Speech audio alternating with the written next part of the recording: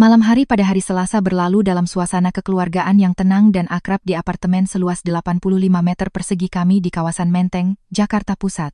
Cahaya lampu kuning yang lembut dan aroma minyak esensial sereh yang biasa saya nyalakan di sudut ruang tamu selalu berhasil menciptakan suasana hangat. Suami saya, Bima, sedang mandi setelah seharian bekerja keras di sebuah perusahaan konstruksi. Ibu mertua saya, Ibu Ratna, dengan santai mengupas apel di sofa sambil matanya terpaku pada sinetron yang sedang tayang. Sementara saya, Lestari, 28 tahun, tengah sibuk di meja makan dengan buku catatan pengeluaran bulanan keluarga. Semua tampak berjalan dalam ritme yang sempurna, layaknya keluarga yang tertata dengan baik. Saya baru saja selesai menjumlahkan tagihan listrik, air, iuran pemeliharaan gedung, IPL, dan biaya belanja kebutuhan pokok dengan kalkulator, sambil tersenyum puas karena bulan ini kami berhasil menyisihkan sedikit tabungan. Tepat pada saat itu, suara ibu mertua saya memecah keheningan, terdengar begitu saja seolah-olah beliau sedang membicarakan cuaca. Bulan depan, keluarga Rina akan tinggal di sini untuk sementara waktu ya. Nak, apartemen rumah susun mereka ada masalah surat-surat, baru bisa ditempati setengah tahun lagi. Ibu sudah bilang pada mereka untuk pindah saja ke sini sementara. Rumah kita kan sepi. Lebih ramai lebih baik, lanjutnya. Tangan saya yang sedang memegang pulpen membeku di udara. Saya mengangkat kepala menatap Ibu Ratna, mencoba mencerna informasi yang baru saja saya dengar. Keluarga Rina akan pindah ke sini. Rina adalah kakak kandung Bima. Keluarganya tidak hanya terdiri dari suami dan istri, tetapi juga dua putra mereka yang sedang aktif-aktifnya. Ditambah lagi, kedua orang tua mertua Rina dari kampung juga ikut untuk membantu mengasuh cucu. Total, 6 orang. 6 orang ditambah kami bertiga, menjadi 9 orang. 9 orang akan berdesakan di sebuah apartemen dengan 3 kamar tidur kecil di jantung ibu kota. Ibu bilang keluarga Kak Rina akan pindah ke sini, tanya saya kembali, berusaha menjaga nada suara saya tetap tenang. Meskipun di dalam hati badai mulai bergejolak, Ibu Ratna, sambil menyelesaikan kupasan apel terakhirnya, mengangguk membenarkan. Benar, orang tua mertuanya bisa tidur di ruang kerjamu, sementara Rina, suaminya, dan kedua anaknya bisa menggelar kasur di ruang tamu ini. Siang hari kan mereka semua bekerja dan sekolah, hanya pulang untuk tidur malam. Lagi pula, 6 bulan itu cepat berlalu. Sesama saudara harus saling membantu di saat sulit. Saya menarik napas dalam-dalam. Sikap Ibu Ratna yang menganggap remeh masalah ini menunjukkan bahwa beliau telah mengambil keputusan sendiri tanpa berdiskusi dengan saya, yang namanya juga tercantum bersama putranya di sertifikat hak milik, SHM, apartemen ini. Saya memahami karakter ibu mertua saya yang sangat menyayangi putri dan cucu-cucunya. Namun, kasih sayang itu tidak seharusnya menjadi pembenaran untuk memaksakan kehendak secara tidak masuk akal pada kehidupan kami. Menampung 6 orang asing untuk tinggal bersama di ruang yang sempit bukanlah sekadar perkara menambah piring dan sendok, melainkan akan merombak total seluruh tatanan hidup, kondisi finansial, bahkan kesehatan mental kami. Saya menutup buku catatan pengeluaran dan menatap lurus ke mata ibu mertua saya. Bu, tentu saja kita harus membantu kakak yang sedang kesulitan. Jika Kak Rina dan keluarganya pindah ke sini, kami dengan senang hati akan menerima. Namun, untuk memastikan kehidupan kita tidak terganggu dan tidak ada perselisihan di kemudian hari, saya mohon izin untuk membuat batasan yang jelas sejak awal. Setiap orang yang akan tinggal di sini akan dikenakan biaya sebesar 2 juta rupiah per bulan. Keluarga Kak Rina berjumlah 6 orang. Jadi totalnya 12 juta rupiah sebulan. Uang ini akan digunakan untuk menutupi biaya listrik, air, makan 3 kali sehari, iuran kebersihan dan keamanan, serta biaya penyusutan perabotan rumah. Jika kakak setuju, saya akan segera membersihkan kamar besok. Potongan apel di tangan Ibu Ratna jatuh ke meja kaca dengan bunyi klak. Matanya membelalak menatap saya, ekspresinya berubah dari kaget menjadi marah dalam hitungan detik. Beliau tidak menyangka menantu yang selama ini selalu penurut dan berbicara lembut, hari ini berani mengajukan angka yang begitu tajam.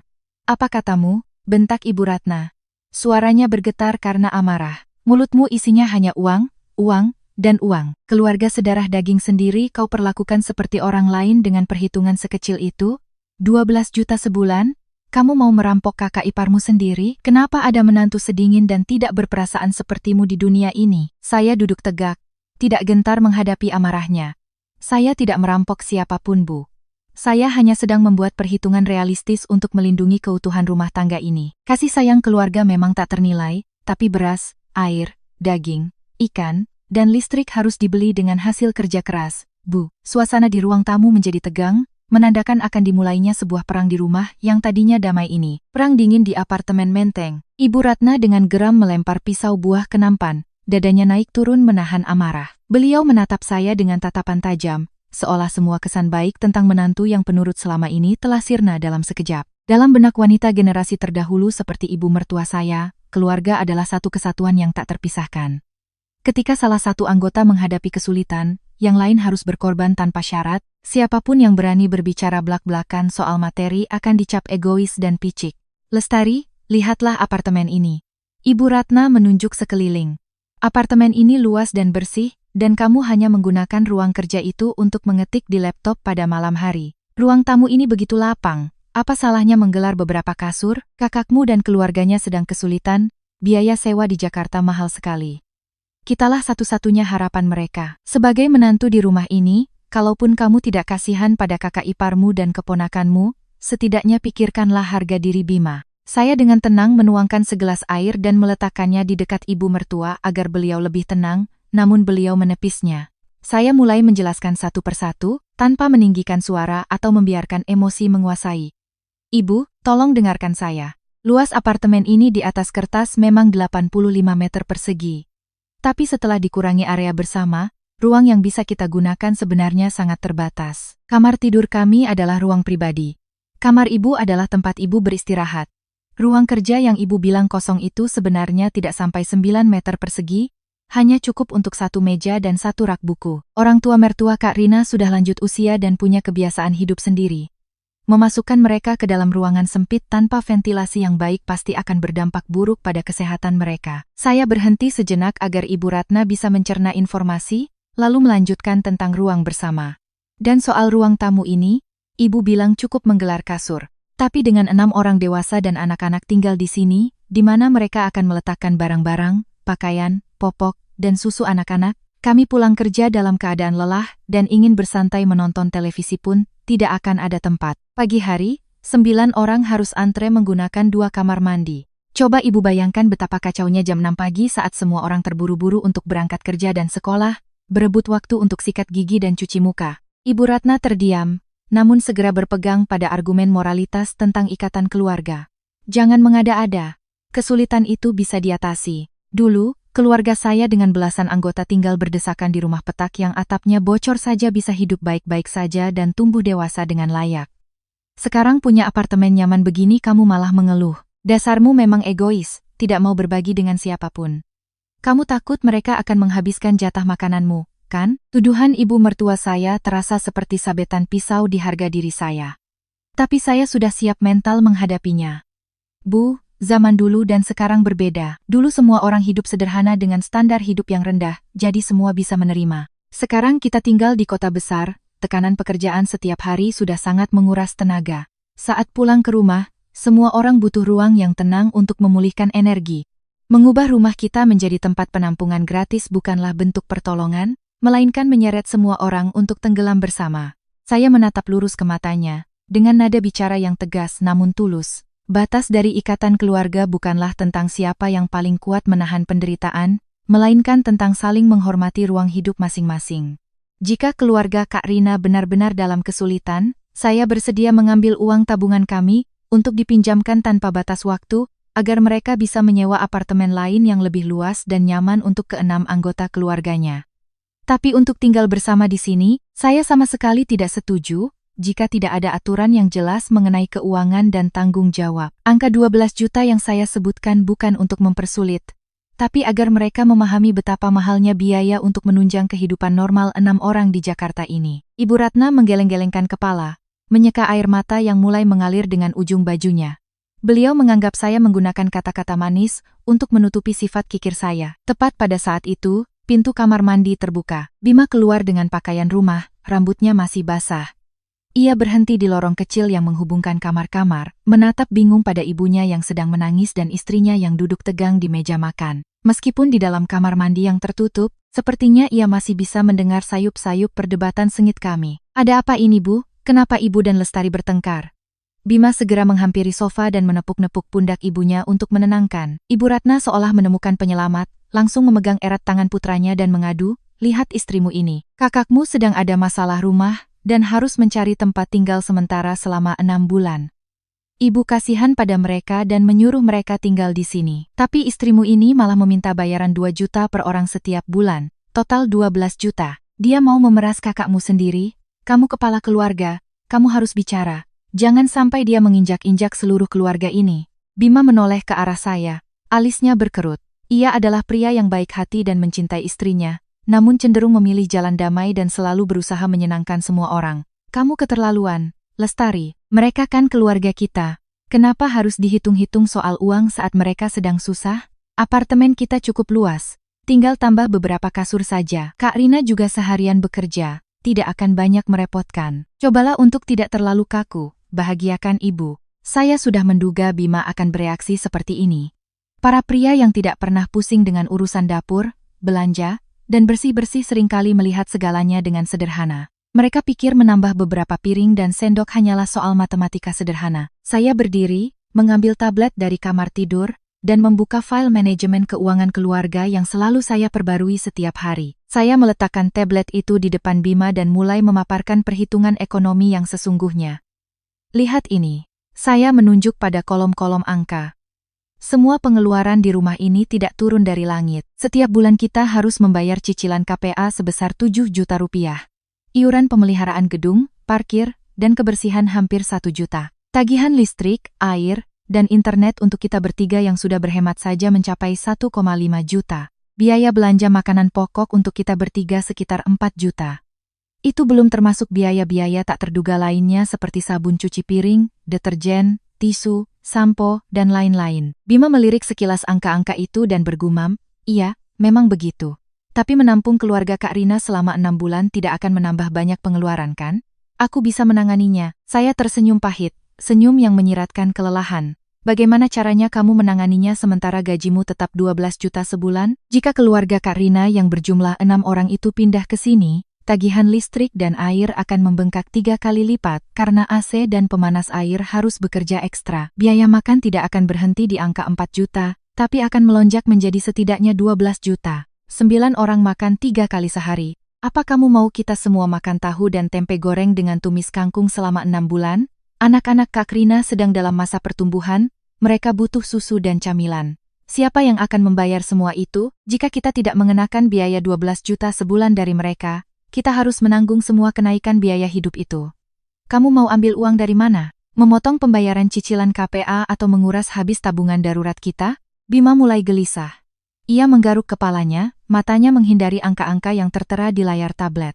Pasti Kak Rina akan berinisiatif untuk ikut membeli lauk pauk. Jangan berburuk sangka dulu. Saya tidak membiarkannya mengelak. Pengalaman dari setiap akhir pekan saat Kak Rina berkunjung sudah memberi saya pelajaran berharga. Setiap kali mereka datang, kitalah yang pergi ke supermarket untuk membeli semuanya, dari ikan, sayur, hingga minuman kaleng. Kak Rina tidak pernah berinisiatif membayar apapun karena ia menganggap datang ke rumah adiknya berarti semua sudah ditanggung. Sumbangan sukarela adalah konsep yang sangat kabur. Angka 12 juta yang aku ajukan itu adalah untuk mencakup semua kebutuhan hidup mereka, dari tisu toilet hingga sepotong daging ayam. Aku tidak bisa setiap hari pulang kerja harus pusing memikirkan siapa yang akan membayar belanjaan hari ini. Mendengar perdebatan soal uang belanja, Ibu Ratna menggebrak meja. Kamu ini benar-benar pedagang. Kamu menggunakan cara-cara pasar untuk mengatur keluarga ini. Biar aku beritahu, di rumah ini aku juga punya andil. Jangan kira kamu bisa seenaknya mengusir atau memungut uang dari siapapun. Tuduhan Ibu Ratna membawa perdebatan ke arah yang sama sekali berbeda,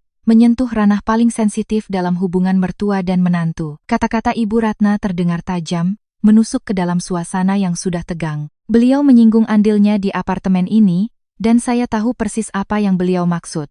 Itu adalah sebuah fakta yang selalu saya akui dan syukuri. Tapi saya tidak pernah menyangka beliau akan menggunakannya sebagai senjata untuk memaksa saya tunduk pada keputusan yang tidak masuk akal. Kamu lupa. Ibu Ratna berdiri, suaranya penuh dengan kekecewaan dan rasa ingin mengungkit jasa.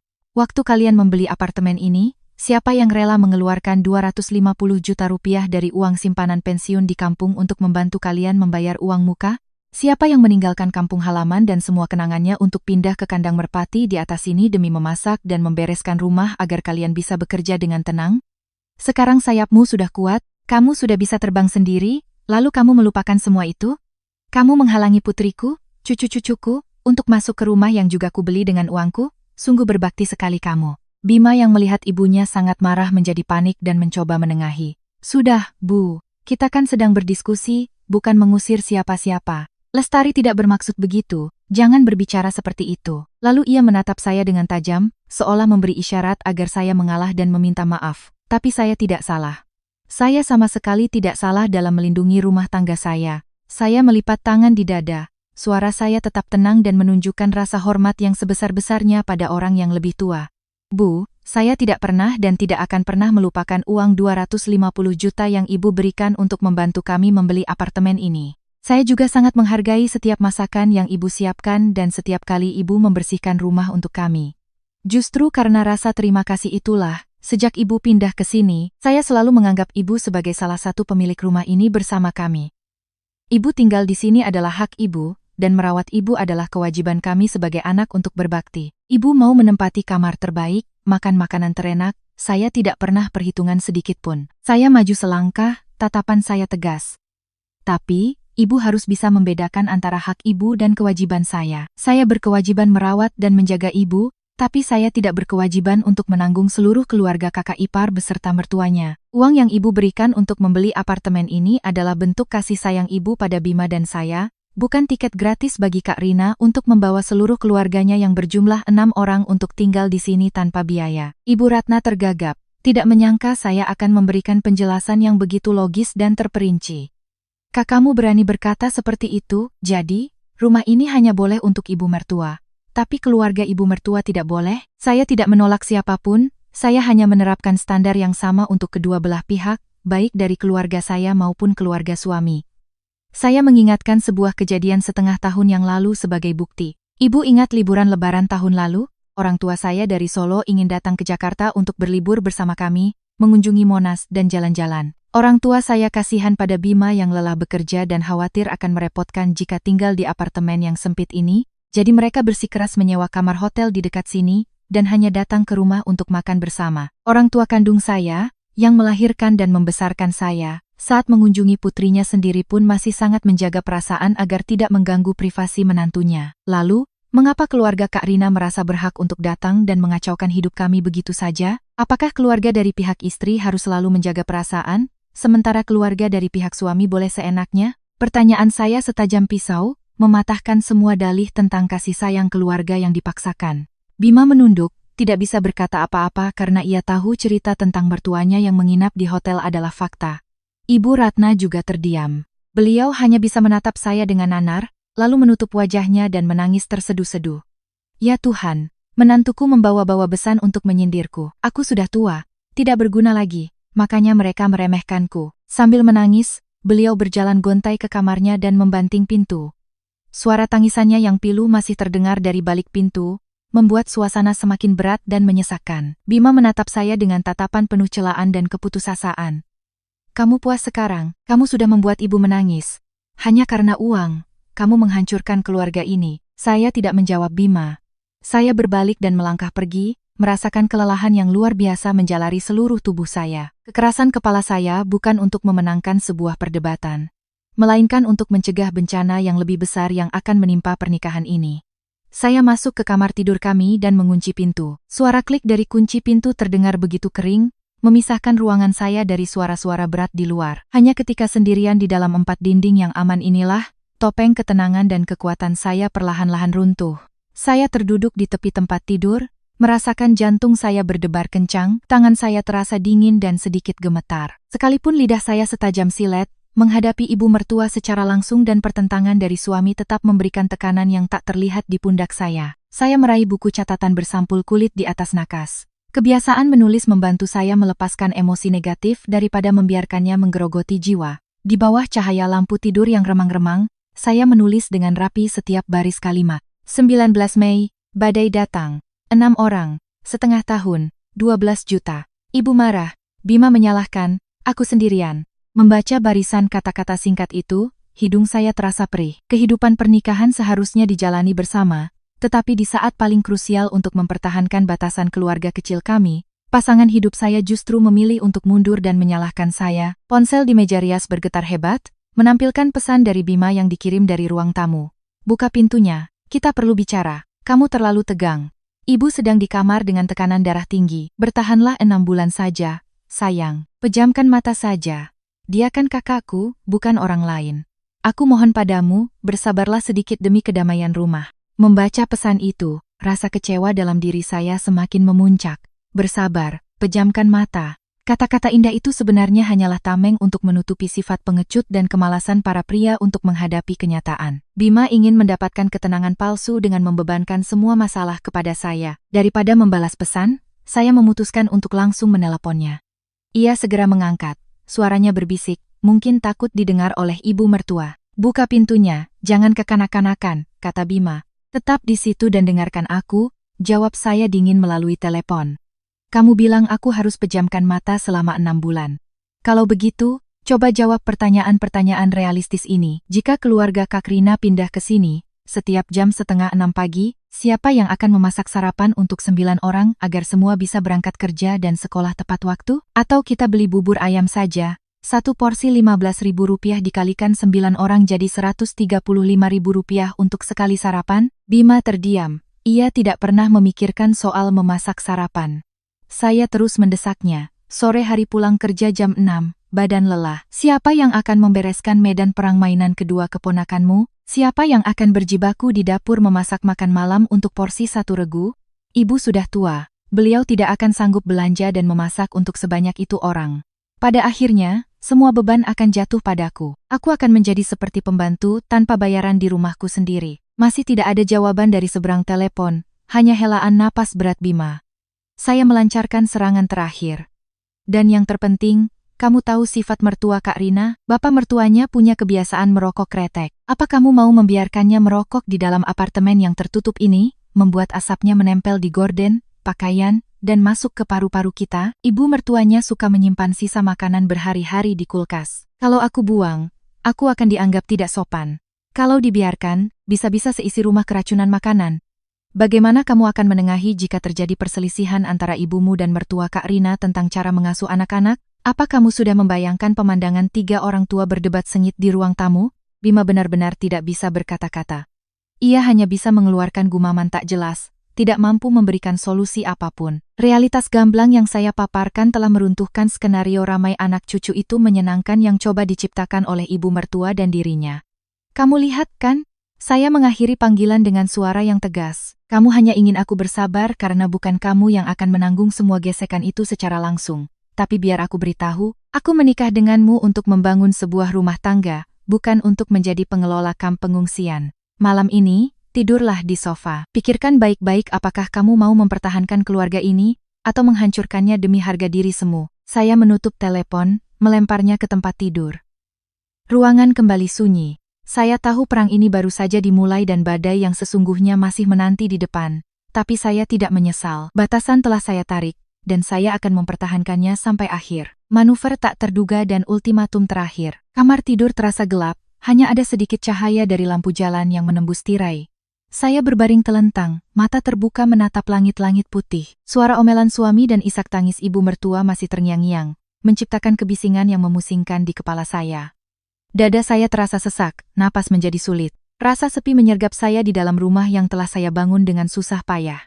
Tepat ketika pikiran tentang surat cerai mulai terlintas, layar ponsel di Nakas tiba-tiba menyala, diiringi suara notifikasi pesan bertubi-tubi. Dengan malas, saya meraih ponsel. Layar menampilkan serangkaian notifikasi dari grup chat WhatsApp bernama Keluarga Besar. Ini adalah grup chat keluarga dari pihak suami, anggotanya termasuk ibu mertua, kami berdua, keluarga Kak Rina, dan beberapa kerabat dekat di kampung.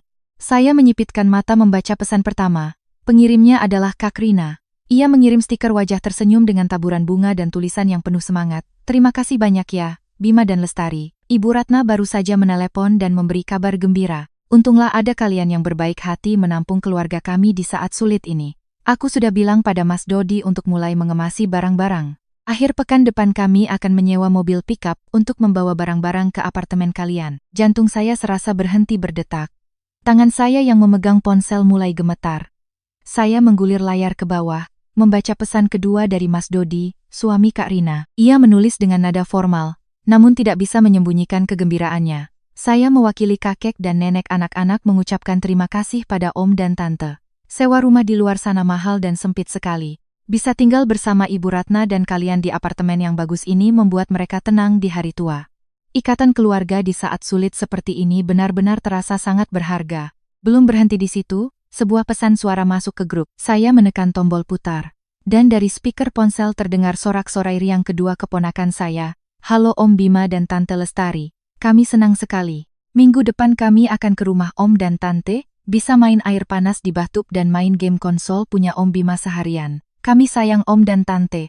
Saya membeku. Ponsel di tangan saya terasa seperti besi panas. Hawa dingin menjalar di punggung, membuat seluruh tubuh saya kaku. Kebenaran yang terpampang nyata di pesan-pesan itu telah menghancurkan sisa harapan saya akan adanya rasa saling menghargai di keluarga ini. Ibu Ratna, ibu mertua saya, telah memainkan strategi fait accompli atau fakta yang sudah terjadi. Beliau secara sepihak telah menyetujui dan mewakili kami untuk menerima seluruh keluarga Kak Rina yang berjumlah 6 orang untuk tinggal secara gratis.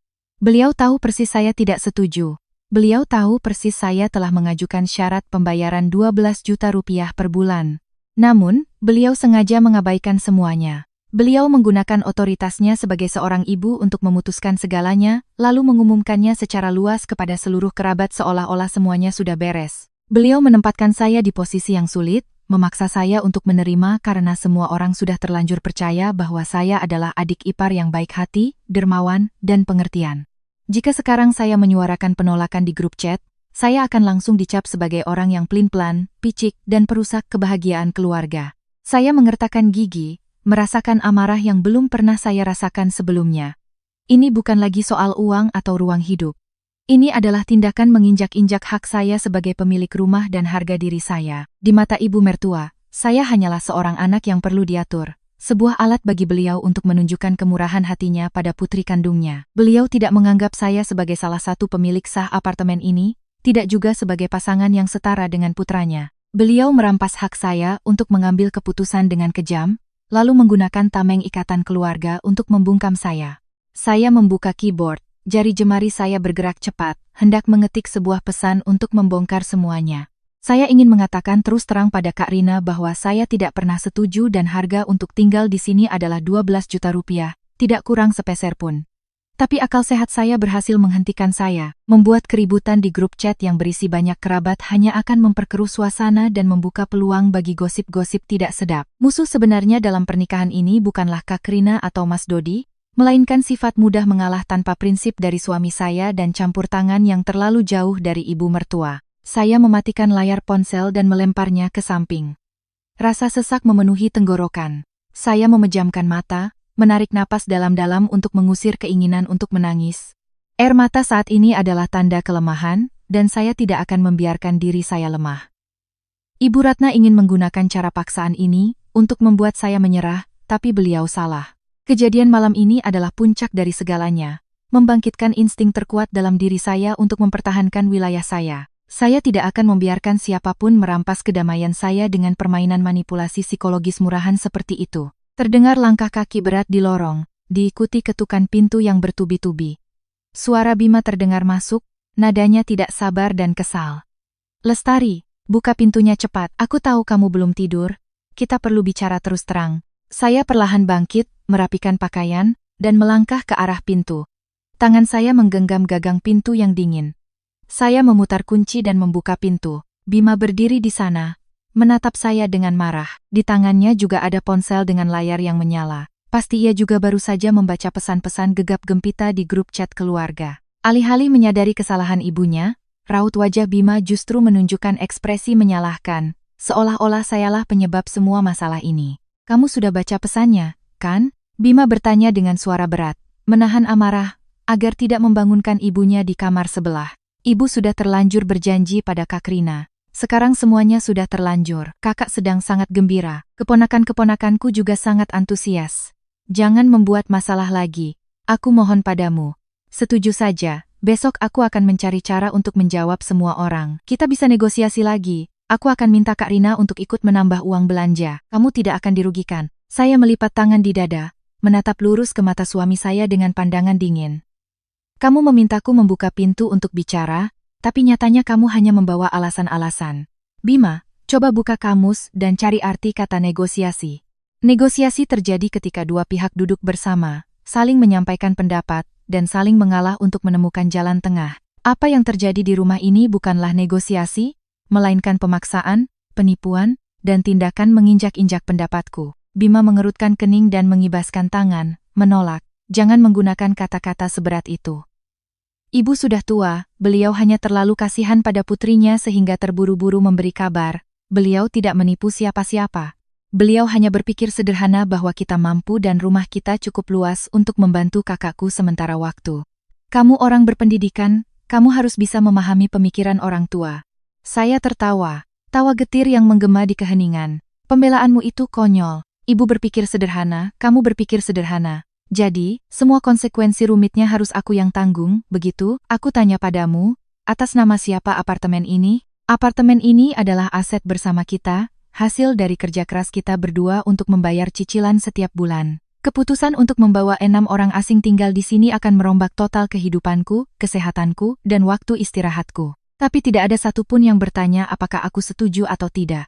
Ibu seenaknya mengiyakan lalu memaksaku untuk menjadi orang baik. Kamu pun ikut-ikutan ibu memaksaku menelan kepahitan ini demi apa yang disebut harga diri keluarga. Aku tidak memihak siapapun. Bentak Bima, suaranya mulai meninggi. Aku berada di tengah-tengah. Aku tersiksa, kamu tahu tidak? Antara berbakti pada ibu dan menyayangi istri, aku harus bagaimana? Kamu istriku. Kamu harusnya membantuku menanggung beban keluarga suamimu. Hanya 6 bulan saja. Kenapa kamu besar-besarkan seolah-olah kiamat akan datang? Kamu benar, bukan kiamat. Jawab saya dengan nada setajam silet. Bukan kiamat, tapi kesabaran manusia ada batasnya. Kamu mau memilih berbakti pada ibumu. Kamu mau menjadi paman yang baik, aku tidak melarang. Tapi jangan paksakan aku untuk membayar harga dari kebaikanmu itu. Dengarkan baik-baik syarat terakhir dariku. Saya maju selangkah, berhadapan langsung dengan wajah Bima yang berkerut, dan menyatakan dengan lantang, jika besok kamu tidak menelepon Kak Rina untuk mengklarifikasi masalah ini, jika kamu dan ibu tetap bersikeras membawa ke-6 orang itu pindah ke sini, maka aku yang akan pergi. Aku akan menyewa apartemen lain dan tinggal sendiri selama 6 bulan itu. Aku akan serahkan seluruh ruang di sini untuk reuni akbar keluargamu. Cicilan KPA bagianku akan tetap aku bayar penuh. Tapi aku tidak akan pernah kembali ke rumah ini untuk menjadi pembantu bagi siapapun. Bima membelalakan mata, mulutnya ternganga tidak bisa berkata-kata. Ia tidak percaya dengan apa yang baru saja didengarnya. Pasti ia tidak pernah membayangkan istri yang selama ini, ia anggap lembut berani memberikan ultimatum sekeras dan setegas itu. Tepat pada saat itu, terdengar suara keras dari arah lorong pintu kamar Ibu Ratna terbuka lebar. Beliau cung keluar dengan rambut akak-akakan dan wajah memerah karena amarah. Ternyata selama ini beliau menguping di balik pintu, mendengarkan seluruh pertengkaran kami. Ketika mendengar saya mengancam akan pergi, beliau tidak bisa lagi menahan diri. Ibu Ratna menunjuk lurus ke wajah saya, seluruh tubuhnya gemetar. Ya Tuhan, semuanya, lihatlah kelakuan menantuku ini. Dia berani mengancam suaminya sendiri. Dia mau pergi dari rumah untuk mencoreng nama baik keluarga ini. Kamu hebat, hebat sekali. Kamu mau menggunakan ancaman pisah ranjang untuk memaksa kami mengusir putriku sendiri? Begitu? Bima dengan panik berlari memeluk pundak ibunya. Sudah, Bu, tenang. Ini sudah malam. Nanti tetangga dengar dan menertawakan kita. Ibu Ratna dengan kasar mendorong Bima, lalu duduk bersimpuh di lantai sambil memukul-mukul ubin dan menangis histeris. Aku tidak mau tenang. Aku sudah hidup setua ini dan harus menanggung malu seperti ini. Rumah ini rumahku. Aku ikut membayarnya. Aku memanggil kakakmu ke sini karena dia sedang susah. Tapi menantuku ini tega sekali menghitung setiap rupiah. Sekarang dia malah mengancam akan pergi dan membuatku terlihat jahat. Besok aku akan menelepon orang tuamu untuk menanyakan bagaimana cara mereka mendidik anak perempuan, hingga menjadi tidak tahu berterima kasih dan tidak punya perasaan seperti ini. Tangisan dan teriakan Ibu Ratna memecah keheningan malam di komplek apartemen. Bima berkeringat dingin. Sibuk menenangkan ibunya sambil sesekali melirik saya dengan tatapan penuh kebencian. Sementara saya hanya berdiri diam menyaksikan kekacauan di depan mata. Saya tidak merasa takut dengan ancamannya untuk mengadu pada orang tua saya, tidak juga merasa iba dengan air mata yang jelas-jelas bertujuan untuk menekan saya. Saya melangkah mundur, membanting pintu kamar tidur sekali lagi, dan menguncinya.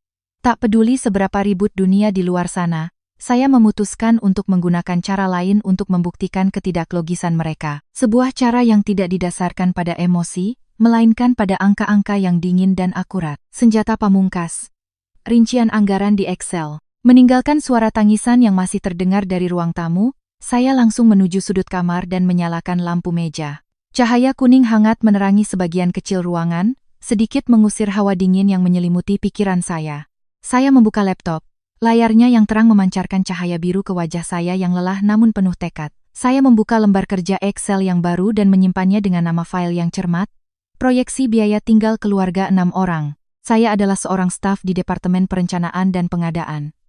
Pekerjaan saya sehari-hari adalah berhadapan dengan estimasi biaya, penawaran harga, dan angka-angka yang sangat detail. Ketika emosi manusia menjadi buta karena kata keluarga, maka matematika adalah satu-satunya hal yang tidak bisa berbohong. Saya akan membuktikan kepada suami dan ibu mertua saya bahwa penolakan saya bukan berasal dari keegoisan, melainkan dari realitas kehidupan yang kejam di perkotaan. Saya mulai membuat kolom-kolom data. Kolom pertama adalah item pengeluaran. Kolom kedua adalah biaya saat ini, 3 orang. Kolom ketiga adalah estimasi biaya, 9 orang. Dan kolom terakhir adalah selisih. Item pertama, listrik dan air. Saya memeriksa tagihan bulan lalu. Tagihan listrik untuk keluarga kami bertiga sekitar Rp600.000. Dan air pam sekitar Rp150.000. Itu pun dengan kondisi kami berdua bekerja seharian dan ibu mertua di rumah sangat hemat listrik. Tapi, bagaimana jika 6 orang dari keluarga Kak Rina pindah? Musim kemarau Jakarta yang panas akan segera tiba. 9 orang berdesakan di satu apartemen. Pasti ketiga unit AC akan bekerja non-stop dari malam hingga pagi. 2 pemanas air akan terus bekerja untuk melayani 9 orang mandi. Tagihan listrik tidak akan naik secara linear, melainkan secara progresif sesuai dengan tarif daya. Saya mengetik angka yang sangat konservatif di kolom estimasi. Rp2.000 untuk listrik dan Rp500.000 untuk air.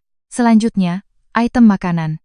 Inilah lubang keuangan terbesar. Saat ini, biaya belanja makanan, beras, buah-buahan untuk 3 orang dewasa adalah sekitar Rp4.000 sebulan. Ibu mertua saya makannya tidak banyak, dan kami berdua hanya makan malam di rumah. Tapi keluarga Kak Rina ada 6 orang.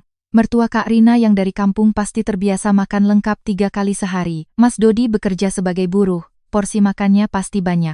Kedua keponakan saya sedang dalam masa pertumbuhan, selain makan utama mereka juga butuh susu, yogurt, camilan, dan buah-buahan secara teratur. Saya menghitung cepat, biaya makan untuk 6 orang itu tidak mungkin di bawah Rp7.500.000 sebulan jika ingin makan dengan layak. Jadi, total biaya makan untuk 9 orang akan melonjak menjadi sekitar Rp11.500.000 sebulan. Saya memasukkan angka itu ke dalam tabel, dan kolom selisih menunjukkan angka minus Rp7.500.000 dengan warna merah menyala. Saya terus mengetik, menambahkan biaya-biaya tak terlihat yang tidak pernah terpikirkan oleh Bima, biaya penyusutan peralatan elektronik dan rumah tangga.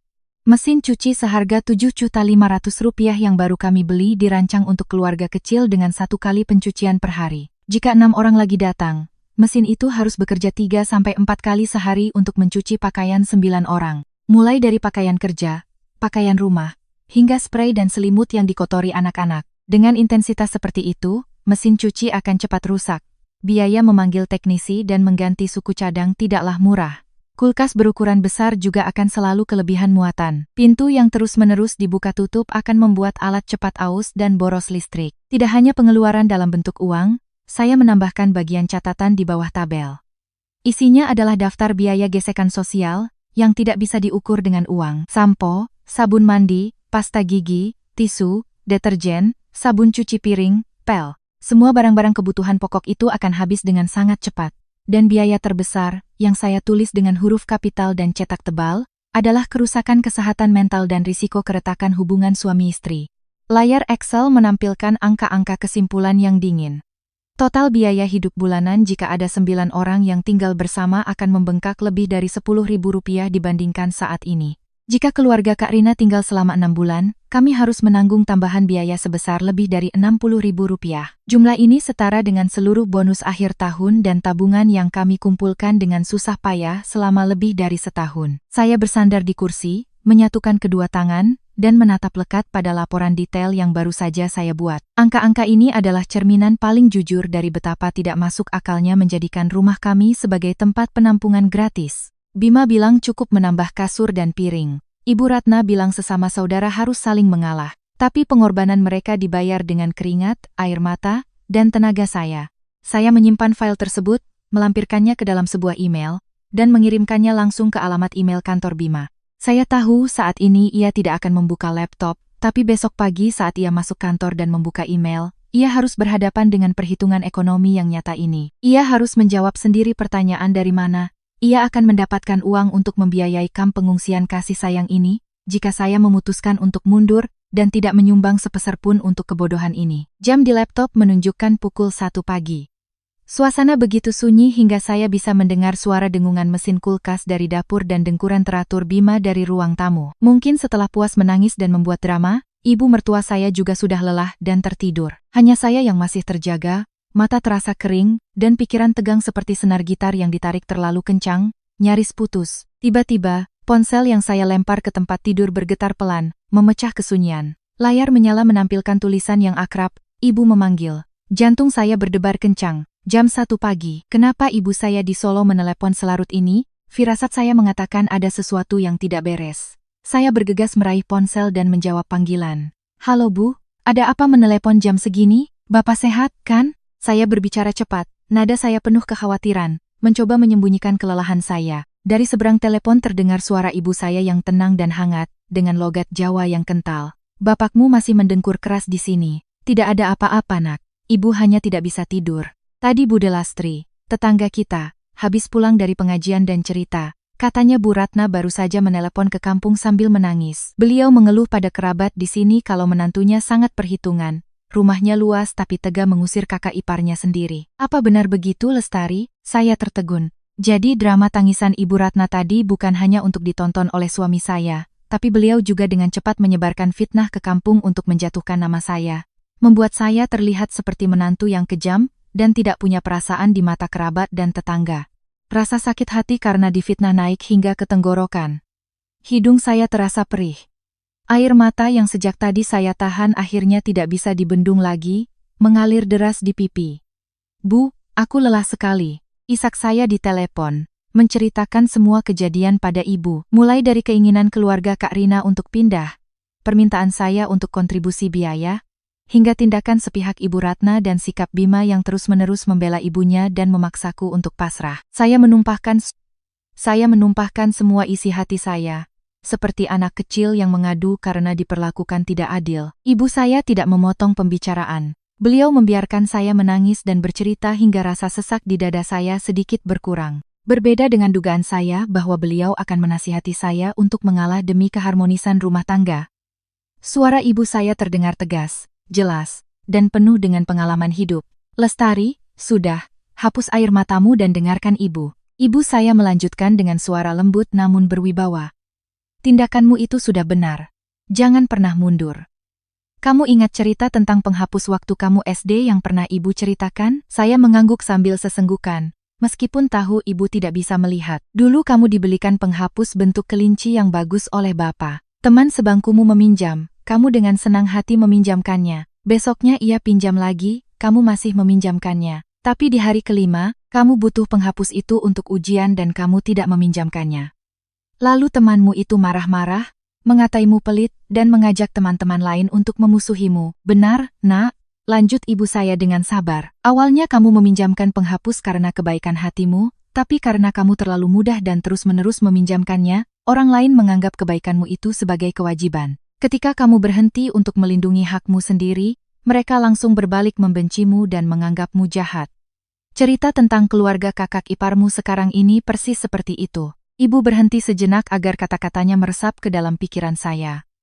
Rumah itu kamu beli, uang itu hasil kerjamu, itu adalah buah dari usahamu. Membantu kakak iparmu di saat sulit adalah bentuk kasih sayang, bukan kewajiban yang diatur dalam hukum atau adat manapun. Jika kamu karena sungkan dan takut dicap jelek lalu memaksakan diri menerima 6 orang itu di rumahmu, kamu tidak hanya akan menanggung kelelahan, tapi juga akan menjadikan dirimu seperti pembantu di rumahmu sendiri. Mereka sudah terbiasa tinggal gratis.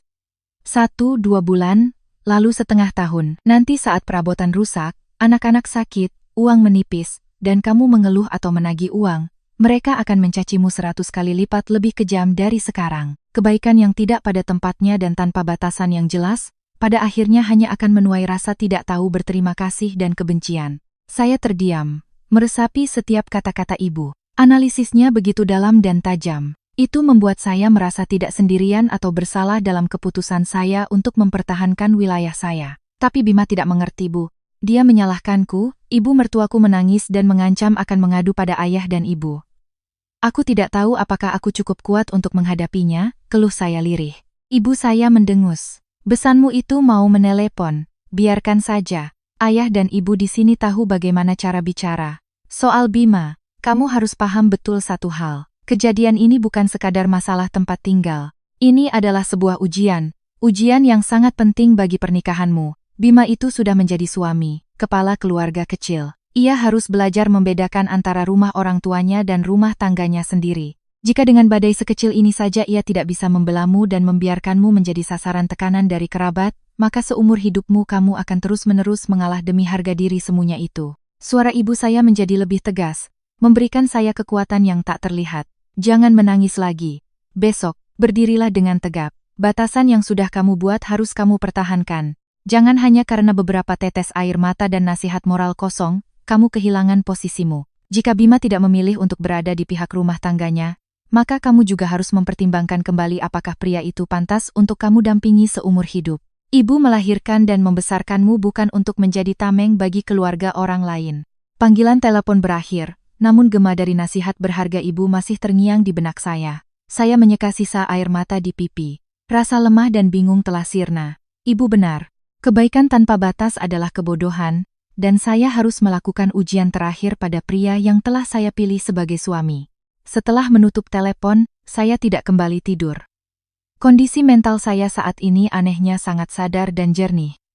Nasihat ibu seperti suntikan semangat yang memompa kekuatan dan ketegasan ke seluruh pembuluh darah saya. Saya membuka aplikasi mobile banking di ponsel dan masuk ke rekening tabungan pribadi saya. Ini adalah dana yang saya kumpulkan dari bonus proyek pribadi sebelum menikah dan sebagian yang saya sisihkan setiap bulan. Saldo yang tertera cukup besar untuk membuat saya percaya diri melangkah keluar dari rumah ini. Cukup untuk menyewa sebuah apartemen kelas atas dan hidup nyaman selama setahun tanpa bergantung pada siapapun. Kemandirian finansial memberikan saya rasa aman yang mutlak.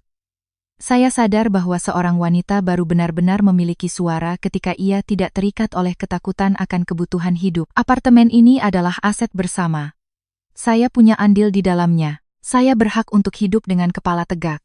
Tapi jika lingkungan hidup di sini menjadi tidak sehat dan terus-menerus diganggu, saya punya kemampuan untuk pergi demi melindungi diri saya sendiri. Daripada tinggal sebagai korban yang pasrah, saya memilih untuk bertindak. Saya mengenakan sebuah kardigan tipis, memutar kunci pintu dengan pelan, dan melangkah keluar dari kamar tidur. Cahaya remang dari lampu jalan yang masuk melalui jendela balkon menerangi ruang tamu. Di sofa panjang, Bima tertidur dalam posisi meringkuk. Satu tangannya menutupi dahi. Napasnya terdengar berat. Sesekali ia bergerak gelisah. Mungkin ultimatum saya dan keributan Ibu Ratna membuatnya tidak bisa tidur. Saya mendekati sofa dan menyalakan lampu berdiri di sudut ruangan. Cahaya kuning yang tiba-tiba menyala membuat Bima menyipitkan mata. Ia bergegas menurunkan tangannya, menopang tubuhnya untuk duduk, wajahnya terlihat sangat lelah. Ia menatap saya dengan tatapan menyelidik bercampur cemas. Mungkin ia mengira saya keluar untuk mengalah dan menyetujui permintaan ibunya. "Lestari, kamu tidak bisa tidur?" Bima bertanya dengan suara serak, mencoba bersikap damai. Ibu sepertinya sudah lebih tenang. "Masalah ini pasti ada jalan keluarnya. Kita selesaikan pelan-pelan, jangan dibesar-besarkan lagi. Besok aku akan." "Kamu tidak perlu bicara lagi," potong saya. Nada suara saya datar dan dingin, tanpa sedikit pun kompromi. "Aku kesini bukan untuk berdebat, bukan juga untuk mendengar bujukanmu. Aku kesini untuk menyampaikan keputusan akhirku." Bima terpaku, alisnya berkerut. "Maksudmu apa? Keputusan apa?" Saya berdiri tegak menghadap suami saya, menatap lurus ke matanya yang tampak panik. Kejadian malam ini sudah melampaui batas masalah siapa tinggal di mana. Ini membuktikan satu hal. Kamu tidak menghargaiku dan kamu tidak punya cukup keberanian untuk melindungi rumah tangga kecil kita dari campur tangan keluarga besar. Aku tidak akan menerima tinggal bersama dengan 6 orang keluarga Kak Rina, dan aku sama sekali tidak akan mengeluarkan sepeser pun untuk membiayai mereka. Saya berhenti sejenak, menarik napas untuk menekankan setiap kata. "Sekarang aku memberimu 2 pilihan. Pilihan pertama, besok kamu sendiri yang bicara terus terang dengan ibu dan menelepon untuk menolak Kak Rina. Kamu harus menegaskan bahwa di rumah ini, kitalah yang berkuasa. Kamu melindungiku, melindungi batasan keluarga kita. Jika kamu bisa melakukannya, Aku tetap istrimu. Kita akan cari cara lain untuk membantu Kak Rina secara finansial, sesuai kemampuan kita. Bima menelan ludah, dahinya berkeringat. Lalu, pilihan kedua, lanjut saya, suara saya tidak bergetar sedikit pun. Jika kamu tetap memilih menjadi anak yang berbakti secara buta, menjadi paman yang dermawan, dan memaksaku mengalah untuk menerima keluargamu di sini, maka besok pagi kita tanda tangani surat cerai. Kita ke pengadilan, jual apartemen ini, lunasi sisa cicilan KPA, dan bagi 2 sisa uangnya secara adil. Selama menunggu proses pengadilan, aku akan pindah dan menyewa kamar, menyerahkan seluruh ruang di sini untukmu. Ibu mau menerima siapapun, silakan. Uangmu urusanmu, hidupku urusanku. Kamu tidak perlu lagi bingung harus memilih siapa. Setelah saya selesai bicara, ruang tamu menjadi sunyi senyap, hanya terdengar suara detak jam dinding. Ultimatum yang saya berikan sangat jelas dan tajam. Tidak ada ruang untuk abu-abu, tidak ada celah untuk alasan atau kompromi. Bima menundukkan kepala, kedua tangannya mengacak-acak rambutnya. Ia bergumam dengan gemetar, kamu sudah gila, Lestari. Hanya karena masalah sepele kamu minta cerai, mau menghancurkan keluarga ini. Kamu tahu kalau ibu dengar ini, beliau bisa syok? Sikap Bima yang selalu berlindung di balik perasaan ibunya untuk lari dari tanggung jawab semakin memantapkan keputusan saya. Bukan aku yang gila. Aku justru sangat sadar, yang menghancurkan keluarga ini bukan aku, tapi sifat pengecutmu. Pikirkan baik-baik, aku tidak sedang mengancam atau bercanda. Besok pagi sebelum berangkat kerja, aku butuh jawaban pasti darimu. Pilih keluarga kecil kita, atau pilih menjadi anak manis di pelukan ibumu, keputusan ada di tanganmu. Selesai berkata, saya berbalik dan melangkah kembali ke kamar tidur. Saya menutup pintu dan menguncinya, meninggalkan Bima yang termangu di tengah ruang tamu yang remang-remang. Malam ini akan menjadi malam yang panjang baginya. Tapi bagi saya, semuanya sudah jelas. Saya merebahkan diri di tempat tidur. Untuk pertama kalinya dalam malam yang penuh gejolak ini, saya merasa hati saya ringan dan damai.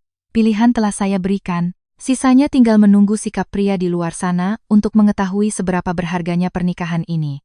Epilog, batasan adalah fondasi kedamaian. Cahaya matahari pagi menyelinap melalui celah tirai, membangunkan saya dari tidur yang tidak nyenyak. Saya bersiap-siap, mengenakan pakaian kerja, lalu melangkah ke ruang tamu. Suasana di apartemen terasa sangat tegang. Bima masih duduk di sofa, matanya yang sembab menunjukkan ia tidak tidur semalaman. Ibu Ratna juga sudah bangun. Beliau duduk di meja makan dengan wajah muram, sesekali melirik saya dengan tatapan curiga. Pagi ini saya menyiapkan bubur ayam. Saya menuangkannya ke dalam 3 mangkuk dan meletakkannya di meja.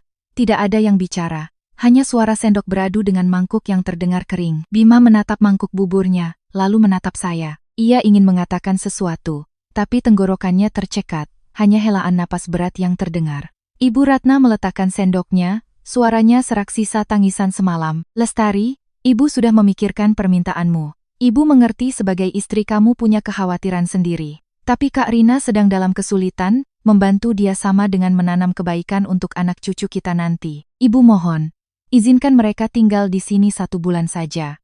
Selama sebulan itu, mereka akan berusaha keras mencari kontrakan lain. Setelah sebulan, mereka pasti akan pindah. Anggap saja ini sebagai sedekahmu untuk mereka. Saya meletakkan sendok, menatap lurus ke mata Ibu Ratna.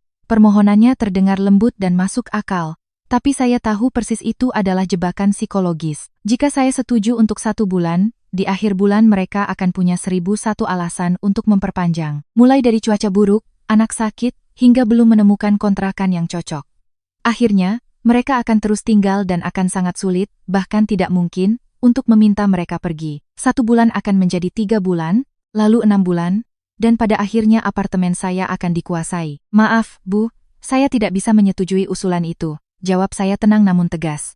1 bulan itu waktu yang cukup lama untuk mengacaukan seluruh hidup kami. Dan saya tahu persis, 1 bulan itu hanyalah awal dari drama yang tidak akan ada habisnya. Saya sudah jelaskan pendirian saya sejak awal. Jika keluarga Kak Rina mau tinggal di sini, mereka harus membayar uang jaminan dan menandatangani surat perjanjian sewa dengan biaya 2 juta rupiah per orang setiap bulan. Hanya dengan perjanjian hitam di atas putih, saya bisa memastikan hak-hak saya terlindungi. Ibu Ratna menggebrak meja, suaranya meninggi karena marah. Kamu keterlaluan. Aku sudah mengalah, sudah memohon padamu, tapi kamu tetap tidak mau melepaskan. Kamu menantu tidak punya hati nurani. Kamu begitu takut kakak iparmu akan menghabiskan hartamu hanya dalam sebulan? Kamu memperlakukan keluarga seperti orang lain. Jangan salahkan jika suatu saat orang lain juga tidak akan memperlakukanmu dengan baik. Bu, tenang. Bima mencoba menengahi. Lestari, coba pertimbangkan lagi. Sebulan tidak terlalu lama. Anggap saja kita saling membantu. Saya menoleh ke arah Bima dengan tatapan tajam. Kalau kamu mau membantu, gunakan uangmu sendiri untuk menutupi semua biaya tambahan. Apa kamu berani menjamin jika setelah sebulan mereka tidak pindah, kamu sendiri yang akan membereskan barang-barang mereka? Kalau kamu tidak bisa, jangan paksakan aku untuk menanggung risikonya. Bima menunduk. Ia tidak bisa memberikan janji apapun karena ia tahu sifat kakak dan iparnya. Keheningannya adalah jawaban atas semua pertanyaan saya. Ibu Ratna, melihat putranya tidak membelanya, semakin merasa tersakiti. Beliau berdiri dan langsung masuk ke kamar, membanting pintu. Sarapan pagi itu berakhir dengan kekacauan. Saya tahu keputusan saya telah menutup semua jalan mundur bagi mereka, dan mulai saat ini, semua kebencian akan tertuju pada saya. Tapi saya tidak menyesal, melindungi batasan diri memang tidak pernah mudah. Dan terkadang, kita harus rela menjadi orang jahat untuk melindungi kedamaian yang sesungguhnya. Di kantor, hari terasa berat, baru saja duduk, ponsel saya bergetar terus-menerus. Pesan dari Kak Rina muncul di layar, isinya adalah rentetan keluh kesah. Ia bercerita suaminya baru saja kecelakaan motor dan harus berhenti bekerja, semua tabungan habis untuk biaya pengobatan. Ia juga bercerita tentang mertuanya di kampung yang sakit-sakitan. Ia bilang kedua anaknya akan terganggu sekolahnya jika harus pindah sekarang. Di akhir pesannya, ia tanpa malu menawar. Ia bilang keluarganya benar-benar tidak mampu. Angka 12 juta terlalu berat. Ia mengajukan untuk membayar hanya 1 juta rupiah sebulan untuk seluruh keluarganya yang berjumlah 6 orang. Ia menekankan ini adalah soal ikatan keluarga, bukan jual beli. Ia bahkan menyindir bahwa jika saya terus bersikap kaku, Ibu Ratna akan sangat sedih dan Bima akan kesulitan. Saya membaca setiap kata dengan hati yang dingin. Kak Rina menggunakan emosi untuk mengalahkan logika saya. Ia menganggap karena saya menantunya dan lebih berkecukupan, maka saya punya tanggung jawab untuk menanggung kemiskinan mereka. 1 juta untuk 6 orang sebulan, berarti tidak sampai 170.000 rupiah per orang. Jumlah itu bahkan tidak cukup untuk biaya sarapan satu orang selama sebulan. Kak Rina tidak hanya ingin menumpang gratis, ia bahkan ingin saya yang membayari hidupnya. Saya membuka file Excel yang saya buat semalam dan mengirimkannya pada Kak Rina. Saya membalas dengan singkat, Kak Rina, ini adalah rincian biaya hidup real untuk 9 orang di apartemen saya. 1 juta rupiah, bahkan tidak cukup untuk menutupi sebagian kecil dari kenaikan tagihan listrik dan air. Ikatan keluarga tidak sama dengan saling memanfaatkan. Jika kakak tidak mampu membayar sesuai ketentuan, saya sarankan kakak mencari kamar sewa yang lebih kecil dan sesuai dengan kondisi keuangan, daripada memaksakan diri tinggal di tempat yang tidak bisa kakak bayar. Tidak sampai semenit, Kak Rina menelepon. Saya mengangkat. Suaranya terdengar penuh isak tangis. Lestari, kamu sudah jadi menantu di keluarga ini bertahun-tahun, kenapa kamu perlakukan aku seperti orang lain? Mas Dodi sedang susah. Anak-anakku melihat rumah om dan tantenya dengan penuh harap. Kenapa kamu tegas sekali menghitung setiap suap nasi? Kamu percaya tidak kalau aku akan menceritakan ini pada ibu agar beliau tahu sifat aslimu? Saya tetap tenang. Kak Rina, jangan gunakan ibu untuk menekan saya. Ibu adalah orang tua, beliau punya rasa kasihan. Tapi saya juga punya kehidupan sendiri. Saya sudah memenuhi kewajiban saya sebagai menantu dengan menawarkan bantuan finansial untuk kakak mencari tempat tinggal di luar. Itu bukan tidak berperasaan, itu realistis. Jika kakak terus menggunakan ancaman, saya terpaksa mengakhiri pembicaraan ini. Saya menutup telepon dengan perasaan lega yang aneh. Kak Rina terbiasa hidup bergantung pada orang lain, dan penolakan saya telah meruntuhkan harga diri palsunya. Saya tahu ia akan terus mencari cara untuk mengganggu, tapi saya sudah siap. Sore harinya, saat hendak pulang, ponsel saya kembali bergetar. Kali ini pesan dari Ibu Ratna. Sebuah foto. Di foto itu, Ibu Ratna sedang bersimpuh di lantai ruang tamu, kedua tangannya menangkup seolah memohon, wajahnya penuh penderitaan, matanya berkaca-kaca. Di atas foto itu ada tulisan singkat. Ini terakhir kalinya ibu memohon padamu, tolong kasihanilah kondisi keluarga kakak iparmu. Tangan saya gemetar memegang ponsel. Ini adalah puncak dari manipulasi psikologis Ibu Ratna. Beliau menggunakan rasa sakit dan harga dirinya sebagai seorang ibu untuk menjebak saya dalam peran menantu durhaka. Foto ini, jika sampai ke tangan kerabat, akan menjadikan saya musuh keluarga. Saya menarik napas dalam-dalam dan langsung menelepon Bima. Aku baru saja dapat foto dari ibu. Beliau sedang bersimpuh di ruang tamu. Pulang sekarang juga, bantu ibu berdiri, dan katakan padanya untuk tidak menggunakan cara seperti ini. Kalau kamu tidak pulang, aku akan menelepon Bude atau Pak D untuk datang membantu. Suara Bima di seberang telepon terdengar panik. Apa? Ibu bersimpuh? Kamu jangan mengada-ada, Lestari, aku pulang sekarang. Saya tidak langsung pulang, melainkan duduk di sebuah kafe di lobi apartemen. Saya butuh waktu untuk menenangkan diri. Tak lama, Bima menelepon lagi. Ia bilang tekanan darah ibu naik dan harus dilarikan ke rumah sakit karena terlalu tertekan. Ia memohon agar saya datang dan mengalah demi menenangkan ibunya. Setibanya di rumah sakit, Bima langsung memohon, Lestari, kondisi ibu sedang lemah. Dokter bilang tekanan darahnya naik drastis karena stres. Aku mohon, lupakan dulu soal Kak Rina. Masuklah dan katakan pada ibu kalau kamu sudah setuju agar beliau tenang. Saya menatap lurus ke mata Bima. Bima, apa kamu sadar kalau kondisi ibu saat ini adalah akibat dari perbuatannya sendiri? Beliau menggunakan cara bersimpuh untuk memaksaku. Saat aku tidak tunduk, beliau menyiksa dirinya sendiri. Ini bukan soal berbakti. Ini sama saja dengan mendukung tindakan yang salah. Kalau sekarang aku setuju, itu akan menjadi presiden buruk. Setiap kali tidak setuju dengan kita, ibu akan menggunakan kesehatannya untuk mengancam. Apa kamu mau hidup seperti itu? Bima menunduk, bahunya bergetar. Aku tahu kamu benar, tapi aku tidak tega melihat ibu seperti ini. Kalau begitu, masuklah dan katakan pada ibu kalau aku tetap pada pendirianku. Aku akan menjenguknya sebagai menantu, tapi aku tidak akan pernah menyetujui syarat yang tidak masuk akal. Jika ibu tidak bisa menerima, masih ada kamu, dan kamu bebas memutuskan untuk menerima Kak Rina atau tidak. Tapi ingat, jika kamu membiarkan mereka masuk tanpa persetujuanku, hari mereka pindah adalah hari aku pergi dari rumah ini. Bima menatap saya dengan kaget dan takut. Ia belum pernah melihat saya setegas ini. Setelah hening sejenak, ia akhirnya menyerah. Ia berjanji akan berada di pihak saya dan menyelesaikan masalah ini dengan tuntas. Di dalam kamar, Ibu Ratna terbaring lemah. Melihat saya masuk, beliau membuang muka. Saya diam-diam menuangkan air dan mengelap wajahnya. Saya tidak menyinggung soal Kak Rina, hanya bertanya tentang kesehatannya. Keheningan di antara kami bukan lagi pertanda permusuhan, melainkan sebuah jeda untuk merenung. Saya tahu beliau masih marah, tapi beliau juga mulai merasakan ketegasan saya. Saya telah memilih untuk bersikap tulus. Entah beliau menerima atau tidak, saya tidak akan malu dengan nurani saya. Keesokan harinya, suasana di rumah sakit semakin panas. Kak Rina dan suaminya sudah ada di sana, menatap saya dengan penuh permusuhan. Drama kembali terjadi. Kak Rina terus-menerus menyudutkan saya dengan kata-kata pedas, mengungkit penderitaannya dan menuduh saya tidak punya hati. Saya tetap tenang, menolak semua permintaannya dengan logika. Akhirnya, saya mengeluarkan jurus terakhir. Saya menyodorkan surat perjanjian sewa berjangka 1 bulan yang sudah saya siapkan, lengkap dengan klausul uang jaminan sebesar 5 juta rupiah. Uang jaminan itu akan hangus jika mereka tidak pindah tepat waktu. Kak Rina meledak marah, menuduh saya memeras.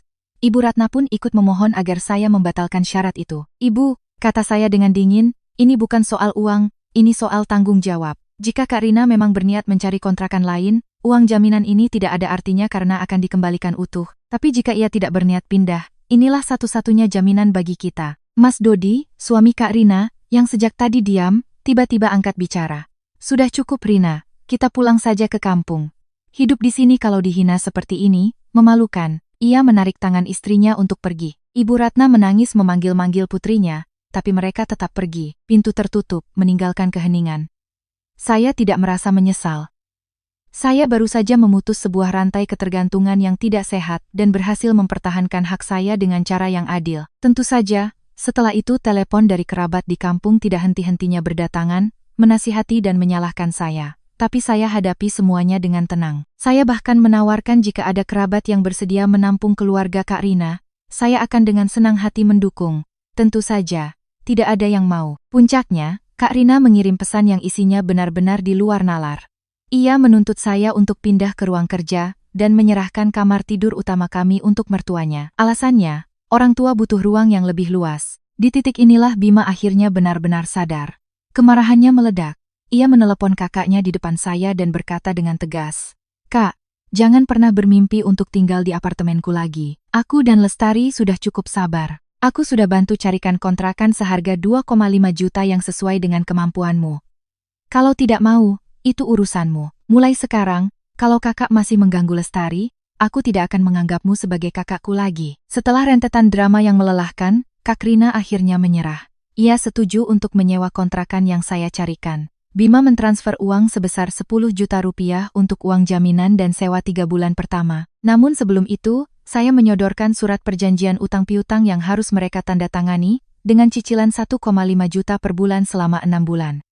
Mas Dodi menandatanganinya tanpa ragu, begini lebih baik, Mbak Lestari. Jelas dan tidak ada utang budi, katanya. 6 bulan berlalu, apartemen kami kembali damai. Ibu Ratna menjadi lebih menghargai saya. Hubungan kami memang tidak sehangat dulu, tapi kini dilandasi oleh rasa saling menghormati. Kak Rina dan keluarganya hidup mandiri. Suaminya kini bekerja sebagai pengemudi ojek online, dan Kak Rina menjadi kasir di sebuah minimarket. Hidup mereka pas-pasan, tapi mereka tidak lagi bergantung pada orang lain. Suatu malam, Bima memeluk saya di balkon. Terima kasih, sayang. Terima kasih sudah tegas. Kamu telah menyelamatkan pernikahan kita dan menyadarkanku bahwa seorang pria harus bisa melindungi rumah tangganya sendiri sebelum menjadi anak yang berbakti atau adik yang baik. Saya tersenyum. Badai telah berlalu, dan kedamaian kembali datang. Sebagai hadiah terindah atas keberanian seorang wanita untuk memperjuangkan kebahagiaannya sendiri. Kebahagiaan sejati bukanlah tentang pengorbanan tanpa batas, melainkan tentang saling pengertian dan menghormati batasan masing-masing.